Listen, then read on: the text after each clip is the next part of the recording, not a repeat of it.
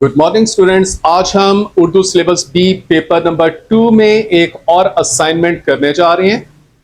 Paper 2 Urdu syllabus B 1.5 घंटे का paper होता है, यानी टोटल इसकी duration is 1.5 hours in the exams. और ये पेपर 50 नंबर का इन टोटल होता है। और इसमें जो पहला सवाल होता है वो सेंटेंस ट्रांसफॉर्मेशन का होता है। सेंटेंस ट्रांसफॉर्मेशन का मतलब है कि किसी फिक्रे को किसी तरतीब से लिखा होता है और वो उसकी कोई तरतीब चेंज कर देता है। और एक मिसाल आपको दी होगी, वो मिसाल आपने गौर से पढ़नी है कि उसने जो फिक्रे को तब्दील किया वो फेल माजी में किया है, फेल हाल में किया है, या फेल मुस्तकबिल में किया है, या किसी भी और तरीके से जो उसने चेंज किया है। आपने उस मिसाल को ध्यान से पहले पढ़ना है। एक मिसाल आपको डेफिनेटली गिवन होगी पहले, और फिर उसके अकॉर्डिंगली आपको 5 फिक्रे दिए गए होंगे और हर फिक्रे के एक एक नंबर होगा, यानी ये सवाल 5 नंबर का टोटल होता है। और आपने उन फिक्रों को उस मिसाल के मुताबिक ट्रांसफॉर्म करना होता है। तो मैं यहाँ पे मिसाल तो आपको नहीं दे रहा, कुछ फिक्रे बस आपके पास होंगे, आपने उनको ट्रांसफॉर्म करना है, उसको प्रैक्टिस करनी है। जितनी ज्यादा प्रैक्टिस आप कर लेंगे, ये कोई इतना मुश्किल सवाल नहीं है, बहुत ईजी होता है। And most of the students जो हैं, जो समझ के काम करते हैं, वो इसमें ए ग्रेड ले जाते हैं। So believe in your self. तो हम कोई से 5 फिक्रों को प्रैक्टिस करेंगे, क्योंकि एग्जाम में भी 5 फिक्रे होते हैं। तो हम असाइनमेंट को कैम्ब्रिज पेपर के मुताबिक जो है वो अपनी असाइनमेंट रेडी कर रहे हैं। तो पहला फिक्रा, हामिद की जहानत ने दोस्तों को खतरे से बचा लिया। तो ये देखें, उसको इनकम्प्लीट सेंटेंस है जिसको हमने इसके मुताबिक ट्रांसफॉर्म करना है। तो हामिद के दोस्त उसकी जहानत की वजह से खतरे से बच गए। दूसरा फिक्रा है, मुताला की आदत मालूमात में इजाफे का सबब होती है।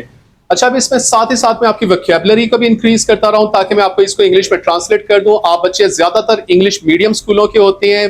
Because of this your English is very improved, but your Urdu is very poor. आमतौर पर आपको उर्दू लिखना नहीं आती, उर्दू को आपको समझना नहीं आता। तो मैं यहाँ पे आपकी वोकैबुलरी भी साथ साथ बना रहा हूँ और आपको उसको उर्दू के मुश्किल अल्फाज को इंग्लिश में ट्रांसलेट करके दे रहा हूं।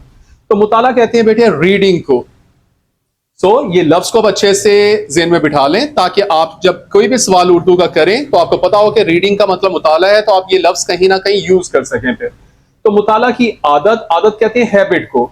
मालूमात में इजाफा, मालूमात कहते हैं इंफॉर्मेशन, इजाफा इंक्रीमेंट का सबब, यानी ये रीजन होती है। तो अब हम इसको अपने असल सवाल के मुताबिक ट्रांसफॉर्म करने लगे हैं। मालूमात में इजाफे के लिए मुताला की आदत होनी चाहिए, तो ये इसके मुताबिक ट्रांसफॉर्म हो जाएगा। मालूमात में इजाफे के लिए मुताला की आदत होनी चाहिए। तीसरा फिक्रा है मुतवाजन गज़ा। मुतवाजन गज़ा को कहते हैं बैलेंस डाइट। और वर्जिश, वर्जिश कहते हैं एक्सरसाइज को। अच्छी सेहत की जामिन है, जामिन कहते हैं गारंटी होना, यानी अगर आप एक्सरसाइज और बैलेंस डाइट कर लेते हैं तो आपकी सेहत जो है वो गारंटीड होगी। तो फिक्रा है मुतवाज़न ग़िज़ा और वजन अच्छी सेहत, वर्जिश अच्छी सेहत की जामिन है। अब इसको हम ट्रांसफॉर्म करने लगे हैं इसके मुताबिक।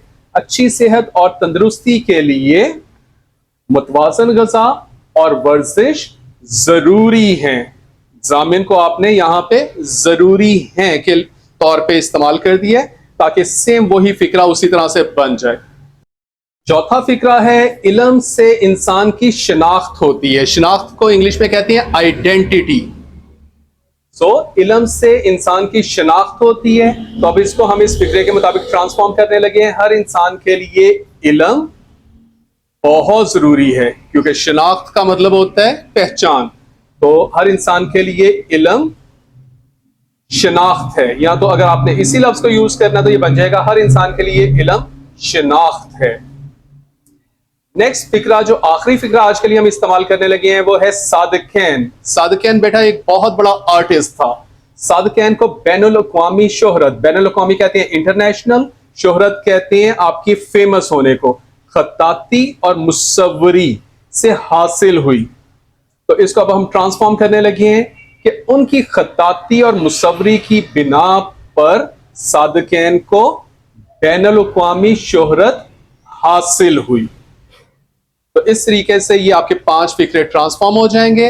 आप बेटा Urdu syllabus B paper number 2 के अंदर जो सवाल नंबर 2 होता है वो आपका मल्टीपल चॉइस क्लोज पैसेज का होता है, और इसमें एक पैराग्राफ होता है जिसमें कुछ खाली जगह होती हैं और आपने खाली जगहों को मुनासिब लफ्ज उसका बताना होता है कि कौन सा मुनासिब लफ्ज है इसमें। अच्छा, छोटी क्लासेस में जो खाली जगह का एक पैराग्राफ आप फिल करते होते थे और जो ओ लेवल के अंदर खाली जगह का पैराग्राफ है, इसमें बहुत थोड़ा सा फर्क है।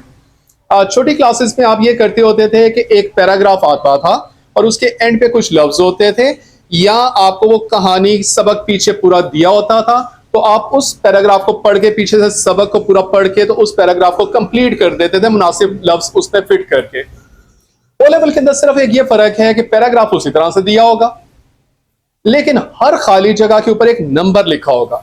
और कैम्ब्रिज का पैटर्न ये है कि जैसे अभी आपने सवाल नंबर 1 देखा कि उसमें सेंटेंस ट्रांसफॉर्मेशन के 5 फिक्रे थे और हर फिक्रे के ऊपर एक नंबरिंग हुई थी। सो 5 थे, तो 1 2 3 4 5 तक नंबरिंग क्वेश्चन 1 में हो गई। अब वो क्वेश्चन नंबर 2 में इससे ऑनवर्ड नंबरिंग स्टार्ट करेगा, यानी क्वेश्चन नंबर 2 में जो पैराग्राफ है उसके अंदर 10 खाली जगह होंगी, तो पहली खाली जगह के अंदर वो स्टार्ट करेगा नंबर 6 से, दूसरी खाली जगह में नंबर 7 लिखेगा, तीसरी में नंबर 8 लिखेगा, एंड अप टू सॉन करते हुए इस तरह से 10 खाली जगह होंगी। और क्योंकि 10 खाली जगह को आपने राइट वर्ड उसका बताना होगा, तो हर खाली जगह का एक नंबर इसका होगा, और इस तरह से ये सवाल नंबर 2 यानी मल्टीपल चॉइस क्लोज पैसेज जिसको हम टेक्निकल टर्म में कहते हैं, ये सवाल 10 नंबर का सवाल होगा। This is question number 2 in paper number 2 of Urdu second language. अच्छा, अब इसमें फर्क सिर्फ ये ओ लेवल के अंदर है कि इसने आपको eight the end of the paragraph उस ब्लैंक स्पेस का नंबर दिया होगा और उस पे 4 ऑप्शंस दी होंगी, तो आपने उस पैराग्राफ को पढ़ते हुए वो नंबर 6 वाली जो ब्लैंक स्पेस है उसके लिए आपने उन 4 ऑप्शंस में से राइट वर्ड को टिक करना होगा। इस तरह से जो अगली ब्लैंक स्पेस आएगी उसमें नंबर 7 लिखा होगा और पैराग्राफ के एंड पे नंबर 7 लिख के उसमें 4 वर्ड्स यानी 4 ऑप्शंस दी होंगी, तो आपने उन चारों वर्ड्स में से राइट वर्ड के ऊपर टिक करना होगा। यानी जस्ट लाइक जैसे फिजिक्स, केमिस्ट्री, बायो कंप्यूटर या इस तरह से आपका इकोनॉमिक्स वगैरह का जो मल्टीपल चॉइस क्वेश्चंस का पेपर आता है जिसमें क्वेश्चन के बाद 4 ऑप्शंस होती हैं और आपने राइट ऑप्शन को टिक करना होता है, इन्होंने ओ लेवल में उर्दू पेपर में इस क्वेश्चन को भी वही टच दे दिया है। लेकिन जो मैं आपको पैराग्राफ करवाने लगा हूं वो आपके पास पैराग्राफ होगा, at the end of the paragraph some words will be given and you have to put the right word into the right option. लेकिन कैम्ब्रिज के पेपर में जिस तरह से आएगा वो मैं आपको बता चुका हूं, क्योंकि अभी मुझे इन पेपर्स को, इन नोट्स को थोड़ा सा रीऑर्गेनाइज करना है। तो जरा आए हम प्रैक्टिस करते हैं, क्योंकि असल चीज आपकी अंडरस्टैंडिंग है। क्योंकि अंडरस्टैंडिंग आपकी क्लियर हो गई तो आप राइट वर्ड को अगर इसमें से देख के उसमें फिट कर सकते हैं तो वहां पे आप ऑप्शंस में से भी टिक कर सकते हैं। तो लुक नाउ, राहगीर डैश कर खिड़की में से एक प्यारे से बच्चे को काम करते हुए देख रहे थे। तो डैश कर, तो ये देखें यहां पे जो वर्ड्स हैं उनमें से ये जो रुक लफ्ज लिखा हुआ है वो यहां पे मोस्ट सूटेबल है। तो राहगीर रुक कर।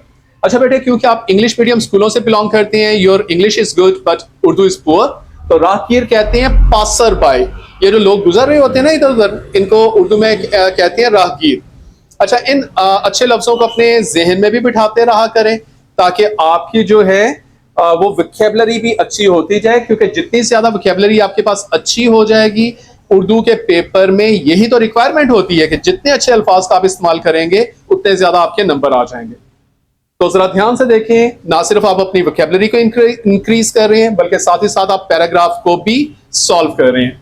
तो राहगीर रुक कर खिड़की में से एक प्यारे से बच्चे को काम करते हुए देख रहे थे, जो उदास चेहरे के साथ बूट पॉलिश की बोतलों पर लेबल लगा रहा था।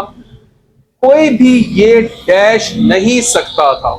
तो इन लफ्जों में से देखें, सोच, ये लफ्ज यहां पे आना चाहिए कि कोई भी ये सोच नहीं सकता था कि ये गमजदा सा बच्चा, गमजदा कहती है सैड, कि ये गमजदा सा बच्चा एक दिन बहुत बड़ा डैश बनेगा। तो इसमें यहां से वर्ड आ जाएगा मुसन्निफ। मुसन्निफ कहते हैं बेटे राइटर को, जो कोई आर्टिकल्स वगैरह लिखते हैं या नॉवेल्स या कुछ भी लिखते हैं, तो लिखने वाले को कहते हैं मुसन्निफ बनेगा। तो ये वर्ड यहां पे आना चाहिए और अपनी दिलचस्प और मजेदार कहानियों से लोगों को डैश करेगा। तो यहां पे लफ्ज आना चाहिए मुतासिर करेगा। मुतासिर कहते हैं इंस्पायर करना। बच्चे को इस तरह से खिड़की में से अपने जानिब देखा जाना बिल्कुल पसंद ना था। वो खुद को डैश महसूस कर रहा था।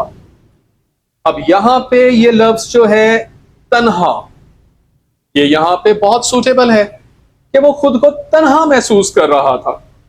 उसके अब्बू अम्मी और छोटे बहन भाई लोगों के मकरूज थे और कर्ज ना देने की वजह से वो सब जेल में थे। तो बेटे इस तरह से आपने बार बार बहुत ज्यादा पैराग्राफ्स को आपने प्रैक्टिस करनी है, क्योंकि जितने ज्यादा खाली जगह के पैराग्राफ्स को आप प्रैक्टिस कर लेंगे आपकी अंडरस्टैंडिंग उतनी ही ज्यादा क्लियर होती जाएगी।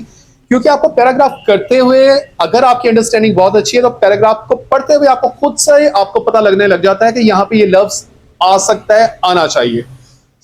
ये क्वेश्चन है। उर्दू सेकंड लैंग्वेज पेपर 2 के अंदर बेटा जो सवाल नंबर 3 होता है वो डायरेक्टेड राइटिंग यानी मजमून निगारी का होता है और इसमें वर्ड लिमिट जो है वो 200 वर्ड्स की होती है और ये 20 नंबर का सवाल होता है।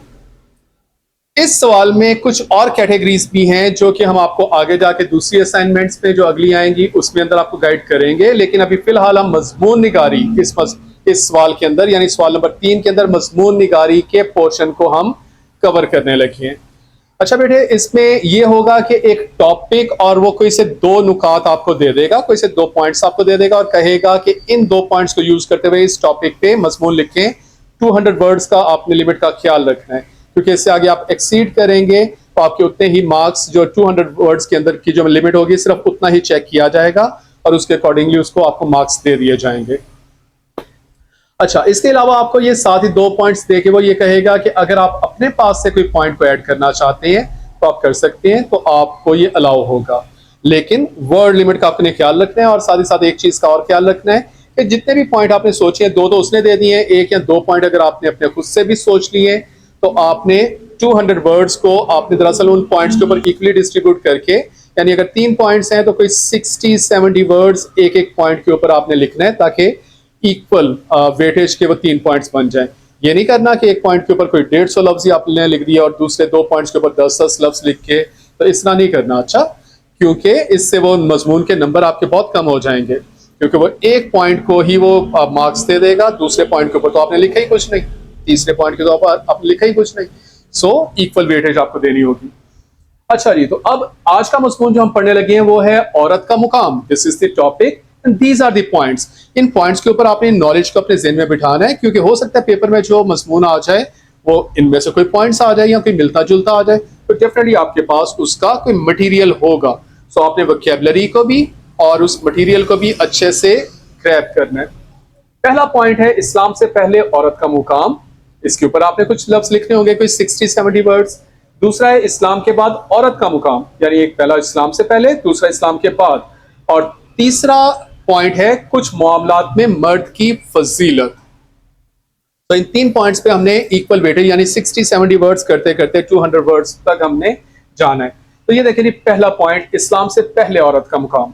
तो इस्लाम से पहले जमाने जाहलियत में एक तवील दौर ऐसा रहा है जिसमें औरत मालो मुता की तरह, मालो मुता कहती हैं जस्ट लाइक कमोडिटीज, जैसे गाड़ी होती है, कोई जमीन होती है, यानी एक प्रॉपर्टी के तौर पे उसको लिया जाता था और उसको प्रॉपर्टी के तौर पे डील किया जाता था।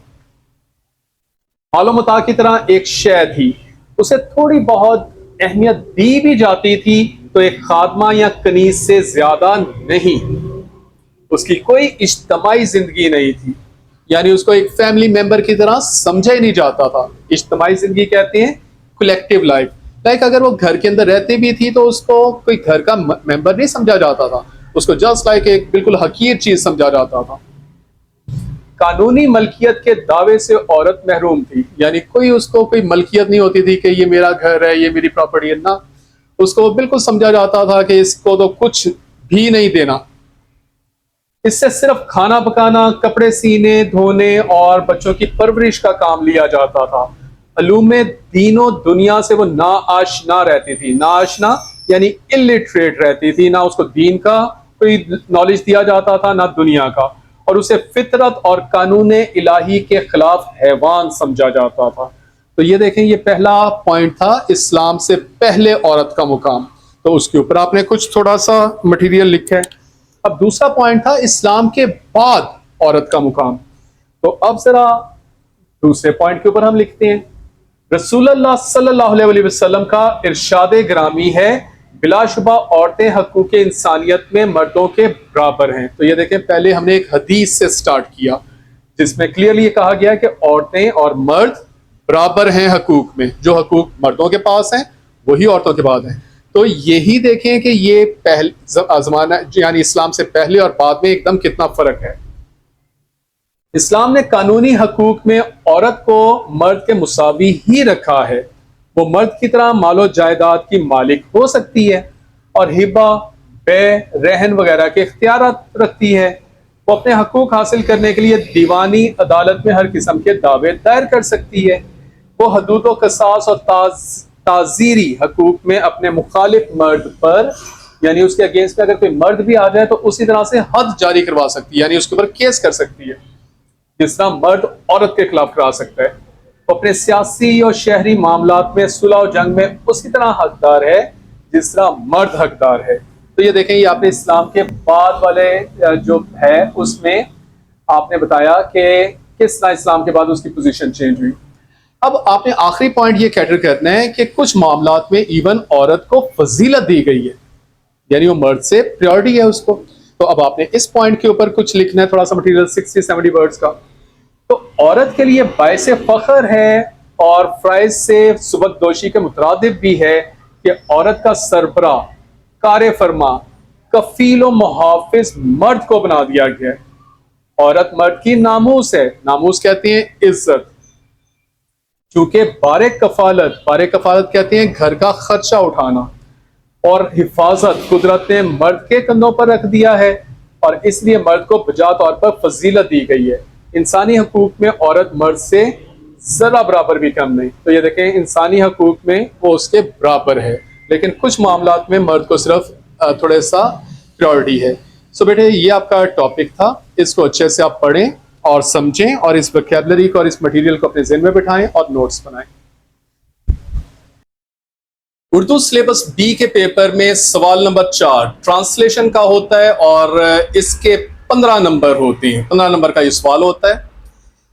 Because you people actually English medium होते हैं, इसलिए मैं आपके साथ इंग्लिश में बात करता हूँ ज़्यादा, क्योंकि उर्दू समझना आपके लिए मुश्किल है और मैं आपको उस इंग्लिश को ट्रांसलेट उर्दू में भी कर देता हूँ ताकि फिर आपको ऐसा आपकी उर्दू इम्प्रूव हो जाए। So you people are given a paragraph in the paper number 2 that is actually of Urdu syllabus B, and you people are required to translate it into Urdu. The total marks of this question is 15 marks. आपको एक paragraph दिया जाता है और आपसे कहा जाता है कि उसको उर्दू में ट्रांसलेट करें। इस पैराग्राफ के 15 नंबर होते हैं। The thing required to translate from English to Urdu is there should be a continuous flow and idiomatic Urdu should be used in the translation.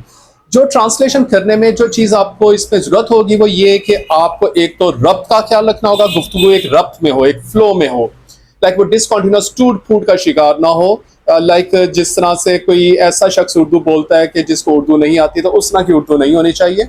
एक अच्छी उर्दू होनी चाहिए, वो रब्त यानी फ्लो होना चाहिए। और दूसरा मुहावराती, idiomatic Urdu stands for मुहावराती Urdu में, यानी अच्छी उर्दू का इस्तेमाल होना चाहिए।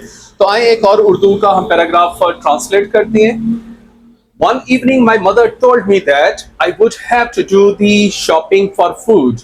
एक शाम को मेरी अम्मी ने मुझे कहा कि मुझे खाने पीने की चीज़ों के लिए शॉपिंग करनी है, खरीदारी। शॉपिंग कहते हैं खरीदारी, खाने पीने की चीज़ों की खरीदारी करनी है। She took me to the corner store to show me the way. वो गली के कोने पर मौजूद दुकान पर मुझे ले गई रास्ता दिखाने के लिए। I was proud. I felt like a grown up. मुझे बड़ा फख्र हो रहा था। Proud. I am proud. I was proud. मुझे बहुत फख्र हो रहा था। I felt like a grown up. Grown up कहते हैं उर्दू में बालिग को, जो बड़ा हो चुका होता है। I was proud. I felt like a grown up. मुझे अपने ऊपर बहुत फख्र हो रहा था और मैं एक बालिग की तरह अपने आप को महसूस कर रहा था। The next afternoon, I put the basket over my arm and went down the pavement toward the store. अगली दोपहर को मैंने टोकरी अपने बाजू पर रखी और रास्ते पर नीचे चलता हुआ दुकान की तरफ चला। When I reached the corner, जब मैं कोने पर पहुंचा, कॉर्नर कोना, जब मैं कोने पर पहुंचा, a gang of the boys grabbed me, तो लड़कों के एक ग्रोह ने मुझे पकड़ लिया। ग्रैब्ड पकड़ लेना, दबोच लेना, दबोचना एक इसके लिए और भी अच्छा वर्ड है। गैंग ऑफ द बॉयज, लड़कों का ग्रोह। A gang of the boys grabbed me, लड़कों के एक ग्रोह ने मुझे दबोच लिया। नॉक्ड मी डाउन, मुझे नीचे गिरा दिया। स्नैच्ड द बास्केट, मुझसे टोकरी छीन ली। टुक द मनी, पैसे ले लिए। And sent me running home in panic, और घबराहट में मुझे घर की तरफ दौड़ा दिया। तो इसको एक कॉन्टिन्यूअस फ्लो में आप कर देते हैं। When I reached the corner, a gang of the boys grabbed me, knocked me down, snatched the basket, took the money, and sent me running home in panic. जब मैं कोने पर पहुंचा तो लड़कों के एक ग्रोह ने मुझे दबोच लिया और नीचे गिरा दिया। मेरे से टोकरी छीन ली, पैसे ले लिए और मुझे घबराहट में घर की तरफ दौड़ा दिया। That evening I told my mother that what happened, but she made no comments. उस शाम को मैंने अपनी माँ को बताया कि क्या हुआ था, लेकिन उन्होंने कोई तबसरा नहीं किया। Comments, तबसरा। She sat down at once, wrote another note, gave me more money and sent me out the grocery again. वो एकदम से बैठ गई और उन्होंने एक और तहरीर, wrote an other note, एक और नोट, उन्होंने एक और तहरीर लिखी। gave me more money, उन्होंने मुझे मजीद पैसे दिए, more Majeed, and sent me out to the grocery again, और मुझे सौदा सल्फ लेने के लिए दोबारा भेजा। grocery, सौदा sulph. So look now, that evening I told my mother what had happened, but she made no comments. She sat down at once, wrote another note, gave me more money and sent me out to the grocery again. उस शाम को मैंने अपनी माँ को बताया कि क्या हुआ था, लेकिन उन्होंने कोई तबसरा नहीं किया। वो एकदम से बैठ गई और उन्होंने एक और तहरीर लिखी। उन्होंने मुझे मजीद पैसे दिए और सौदा सल्फ लेने के लिए दोबारा भेज दिया। I crept down the steps and saw the same gang of the boys playing down the street. मैं सीढ़ियों से नीचे उतरा और देखा कि लड़कों का वही ग्रोह गली में दूसरी तरफ खेल रहा था। I ran back into the house. मैं वापस घर में भागा। तो बेटा ये एक ट्रांसलेशन पैराग्राफ था, इसकी आप प्रैक्टिस करें। जितनी ज्यादा प्रैक्टिस करेंगे उतना ही आपके लिए बेहतर होगा, उतने अच्छे तरीके से आप पेपर को हैंडल कर सकेंगे।